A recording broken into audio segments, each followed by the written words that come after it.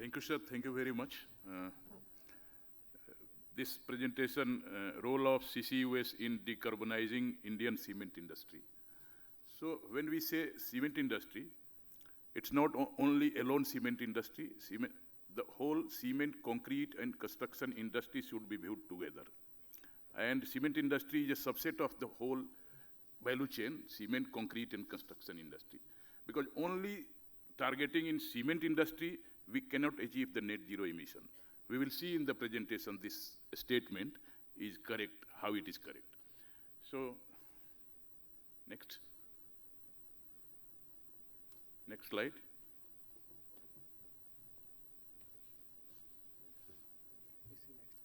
Okay.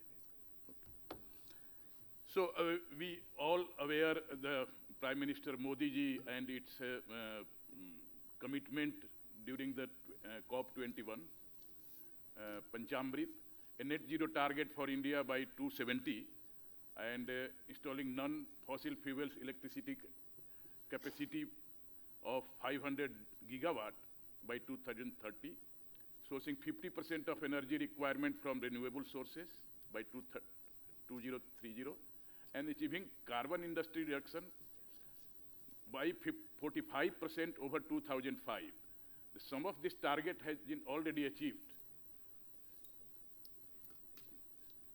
And for limiting increase in global temperature of 1.5 degrees centigrade, requires achieving net zero carbon dioxide emission globally in the early 2050. And therefore, this 5 levers or 6 levers has been mentioned. The substantial reduction in fossil fuel use, widespread electrification, improved energy efficiency, use of alternate fuels, using materials more efficiently, reusing and recycling products, and minimizing waste. So we can see the status of CO2 emissions from the Indian cement industry. So globally, cement sector emits 7% of the total anthropogenic CO2, and CO2 emission factor is 1.12 in 1996 to 0.670 indirect emission per ton of CO2 per ton of cement in 2017. So we have achieved quite a lot. Cement industry is moving towards decarbonization, and cement industry should take forward the concrete industry together.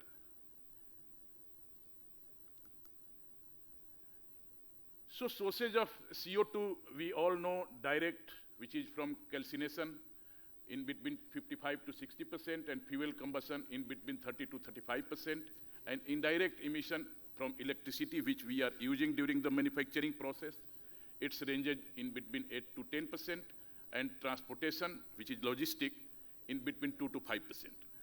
So with this, we can say the kg per ton of OPC out of these 3 components, total 835 kg per ton of cement. So 5 levers of decarbonization: substitution of clinker, alternate fuel and raw material, waste heat recovery, improving energy efficiency, and newer technology like renewable energy, novel cements, carbon capture and storage, and utilization. So all these 5s are from cement industry point of view. Out of 4 levers, all above, we have some scope still in alternate fuel and raw material. Some of them, like waste heat recovery, it is estimated in between 1400 megawatt to almost, and 900 megawatt perhaps we have achieved altogether. So the balance is known to us. Alternate fuel has more scope out of this.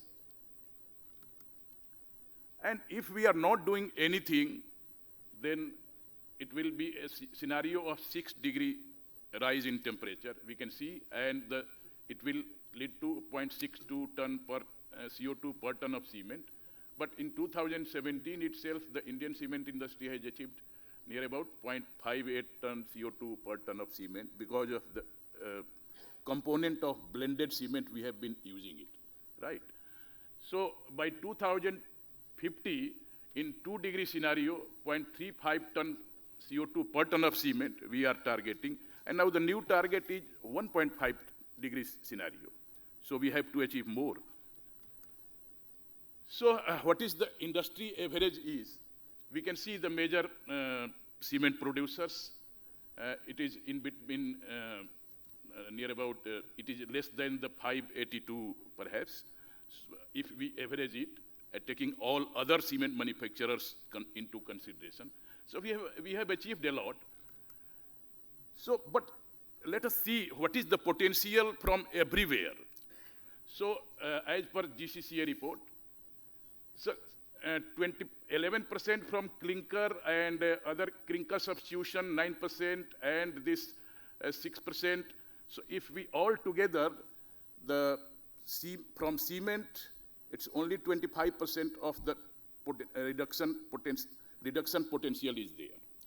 And if we combine together the concrete production and the design optimization and this 6% perhaps concrete, which is CO2 sink recarbonation, so it is almost 39% perhaps. So 39% potential is lying in the concrete sector. And CCUS, you can see 36%. So only by the clinker substitution or by any other means in the cement sector, we cannot achieve the net zero target. So we will have to take the CCUS, which is a major potential in the cement industry, or taking other industry as well together, and concrete industry particularly. So without taking concrete industry, we cannot achieve. That was my statement in the beginning, and this data proves that statement, that we have to take the cement industry, concrete industry, and construction industry together to achieve this target of net zero. Now, what is carbon capture utilization and carbon capture storage is, from flue gases, first step is to separate the carbon dioxide, 100% pure carbon dioxide, so that it can be used, and the rest of the component and this carbon dioxide shall be taken to the site where it can be stored or it can be utilized. So we can see the typical flue gases composition, 18% CO2, 10% O2, and rest nitrogen and other gases. So to capture carbon and separating it, this is the process, concentrated CO2, 100%, and this remaining will be in the CO2-free flue gases. So how to separate? So there are three technology we can see, if we broadly classify. So this is post-combustion. In post-combustion, from flue gases, it can be by calcium looping, or chilled ammonia process, or chemical absorption, or solvent-based absorption. But another way is to separate the carbon dioxide altogether. So what will be? It will be as a supply of air, in place of air, we can supply the pure oxygen, so that the pure CO2 will be available. So in that case, it will not be required to separate them together to use. And another one is pre-combustion. We can classify the fuel, gasify the fuel, and producing hydrogen, and that will be a clean fuel, and that can be used. And in that case, again, the 100% CO2 will be available, pure CO2, which can be used further. So this is the process of capturing pure CO2 or segregating pure CO2. And these are the technology available. These are the technology available world over.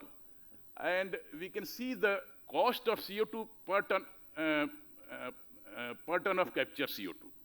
So this, while capturing the CO2, this cost, if it will be added together in cement production, that will be a significant cost. So how to take it forward? So one thing is capture and utilize the CO2 or stabilize the CO2 in non-valuable products. And another is try to stabilize it in a valuable product, and out of that valuable product, we will achieve some economic benefit, and that economic benefit can be subtracted to this, so that can be a viable option. So I am not reading every technology. This is available in the literatures, So now come to the utilization, as I was speaking. So how we can utilize that? So utilization possibility is so many, and out of that, mineral carbonation, which is in circle, mineral carbonation is one route, which is being utilized. Other routes are biological conversion or food products or enhanced fuel recovery or plastics or fire suppression or inerting agent or miscellaneous refrigerant, I mean to say chemicals, particularly in fertilizers industry. So we can convert this CO2 in a different form. I have visited one plant at USA, and they were making a wonderful food products, but they could not allow us to enter inside the concrete, inside the premises. But they explained how they are using this CO2, which they are capturing and converting into valuable product in terms of food products. So they were having more value. So out of this, role of CO2 mineralization in decarbonization of cement production, CO2 mineralization or mineral carbonation, it is a process of CO2 in the form of carbonates, converting metal oxides into carbonates. And calcium or magnesium carbonates particularly are poorly soluble, and therefore thermodynamically it is stable and thus provide permanent storage solution for the CO2. So this is about the mineral carbonation. To conclude. Yes, just I am concluding it. And this is the metal oxide, and CO2 converts into metal carbonate. So the mineral carbonation, one of the way is to expose these other waste materials, or BFS slag, or ladle slag, or EF slag, or paper mill slag. All these waste materials can be exposed with the carbon dioxide environment. Of course, mechanization is required, and this will be converted into a product which can be used in the construction industry either as an aggregate or in some way. So these are the value-added product, and these are the naturally occurring chemistry of mineral carbonation. Wilstonite or serpentite or olivine reacts with the CO2 and converts into the corresponding carbonate, which can be stabilize the CO2. And these are the chemistry of mineral carbonation of concrete versus. So concrete can be like calcium hydroxide or CHS gel. When exposed to the carbon dioxide, it converts it into the carbonates. So even in trichyte, when it is exposed, it can form the gypsum and alumina gel. So this is about the concrete. And mineral carbonation at NCCBM, we have taken few projects where we are using the CO2 and infusing the CO2 in a fresh state of concrete, and after that in hardened concrete also. So we are evaluating what is the potential of carbon